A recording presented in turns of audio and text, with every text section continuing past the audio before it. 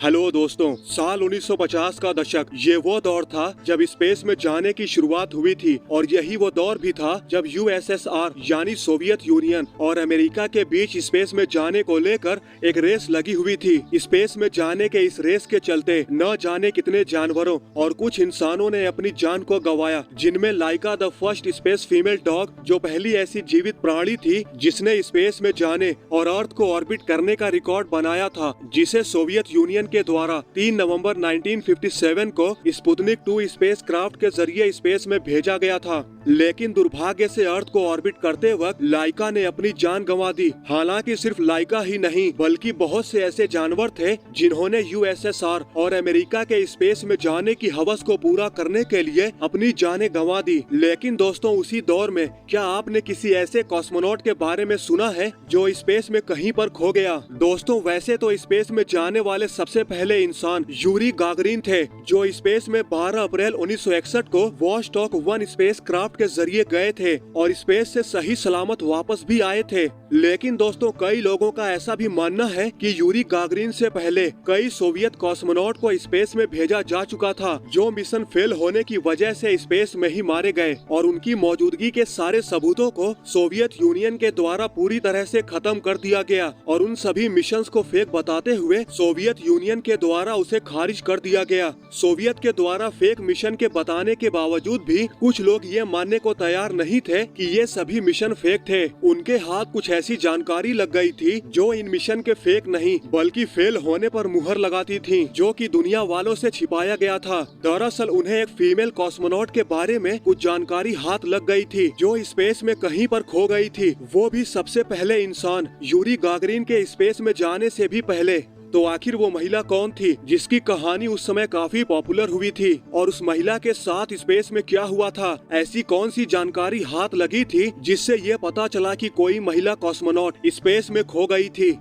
आज की इस वीडियो में हम इसी सवाल के जवाब को जानने की कोशिश करेंगे। तो चलिए शुरू करते हैं। तो दोस्तों, स्पेस रेस के उस दौर में बहुत से स्कैंडल्स हुए थे जिनके बारे में आज तक कोई भी पूरी तरह से नहीं जानता। लेकिन स्पेस रेस के उन स्कैंडल्स को लेकर हमें आज भी बहुत सी कहानियां सुनने को मिलती हैं, जैसे कि यूएसए ने चांद पर जाने के लिए बहुत से नाजी वैज्ञानिकों को हायर किया था और वहीं दूसरी तरफ सोवियत यूनियन के भी बहुत से स्कैंडल्स के बारे में हमें सुनने को मिलता है। लेकिन दोस्तों, सोवियत यूनियन की एक सोवियत स्पेस मिशन से जुड़ी मिस्ट्री का पता 2 इटालियन भाइयों ने लगाया था, जिनके नाम आप स्क्रीन पे देख सकते हो। दोस्तों, ये दोनों इटालियन भाई एक रेडियो सिस्टम को ऑपरेट करते थे जिसकी मदद से वो स्पेस से आ रहे सिग्नल्स को डिटेक्ट कर रहे थे। उन्होंने कई साल तक यही काम किया, लेकिन उन्हें कुछ खास जानकारी हाथ नहीं लगी। लेकिन साल 1963 के नवंबर महीने में उन्होंने कुछ काफी इंटरेस्टिंग और काफी स्ट्रेंज सिग्नल को डिटेक्ट किया जो डायरेक्टली स्पेस से आ रहे थे। उन्होंने इस सिग्नल्स को पूरा रिसीव करके डिकोड किया और फिर इसके बाद जो उन्होंने सुना वो उन्होंने भी एक्सपेक्ट नहीं किया था। उन्हें इस सिग्नल में एक फीमेल की आवाज सुनने को मिल रही थी। वो औरत काफी ज्यादा डरी हुई थी और काफी ज्यादा दर्द में भी थी। दरअसल वो औरत पृथ्वी के एटमॉस्फेयर में री एंट्री कर रही थी और जोर जोर से मदद के लिए चिल्ला रही थी और इसी औरत की आवाज को उन दोनों भाइयों ने डिटेक्ट किया था। दोस्तों, ये रही उस एक्चुअल सिग्नल की रियल ऑडियो क्लिप।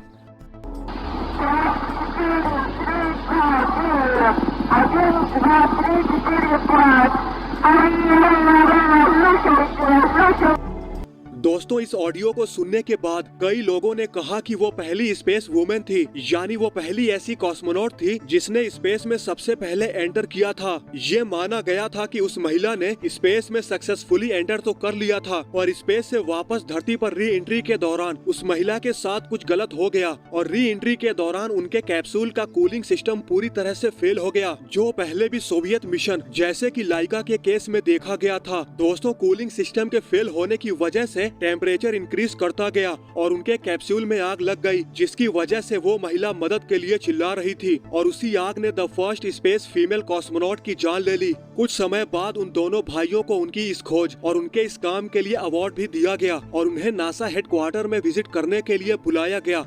दरअसल इन दोनों भाइयों को जो रिकॉर्डिंग सुनने को मिली थी वो 1960 के दशक के सोवियत यूनियन के वॉचडॉग प्रोग्राम के सीक्रेट मिशन की थी, जो उस समय काफी ज्यादा सीक्रेट था, जिसकी जानकारी सिवाय सोवियत यूनियन के कुछ खास लोगों के अलावा किसी के भी पास नहीं थी। लेकिन दोस्तों, जब सोवियत यूनियन 26 दिसंबर 1991 को टूटा तो मिशन और प्रोग्राम से मिले सारे रिकॉर्ड्स को पूरी तरह से डिस्ट्रॉय कर दिया गया, जिसका मतलब है कि हमें उस महिला की रियल आइडेंटिटी के बारे में कुछ भी पता नहीं चल पाएगा, जिसकी आवाज हमें रिकॉर्डिंग में सुनने को मिल रही है, जो किसी स्पेस मिशन के दौरान स्पेस में फंस गई थी। दोस्तों, ये भी माना जाता है कि रिकॉर्डिंग्स में बोलने वाली महिला अकेली लॉस्ट कॉस्मोनॉट नहीं थी, उसके अलावा कम से कम 2 और कॉस्मोनॉट होंगे जो स्पेस में कहीं पर खो गए। लेकिन दोस्तों, आज तक सभी स्पेस एजेंसीज के द्वारा इतने मिशंस आम लोगों से छिपाए गए हैं, इसलिए ये कोई भी दावे के साथ नहीं कह सकता कि कितने कॉस्मोनॉट हमारे ऊपर अंतरिक्ष में तैर रहे हैं और कितने अंतरिक्ष की गहराइयों में कहीं खो गए।